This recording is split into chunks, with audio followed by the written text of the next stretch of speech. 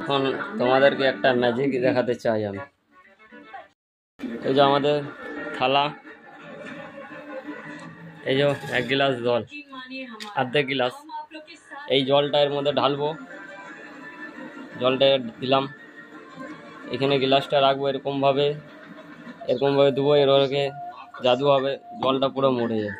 দেখো এবারে আগুনটা জ্বালাচ্ছি। এই পেপার, এই মাচিস, এই পেপার গ্লাসে ভরবো, জলগুলো সব টেনে নেবে। জল সব শুকনো হয়ে যাবে। এখনই জল সব টেনে নেবে। একটা জাদু। 1 2 3 রেডি সেডি অনিমাস এটুকু দেখা হচ্ছে একটা ম্যাজিক। দেখো দেখো দেখো বন্ধু, দেখো দেখো দেখো সব জল টেনে নিল। দেখো দেখো দেখো দেখো দেখো, এটা হচ্ছে আমাদের ম্যাজিক। দেখলে থালিটায় জল আছে, বেশি আর জল নেই।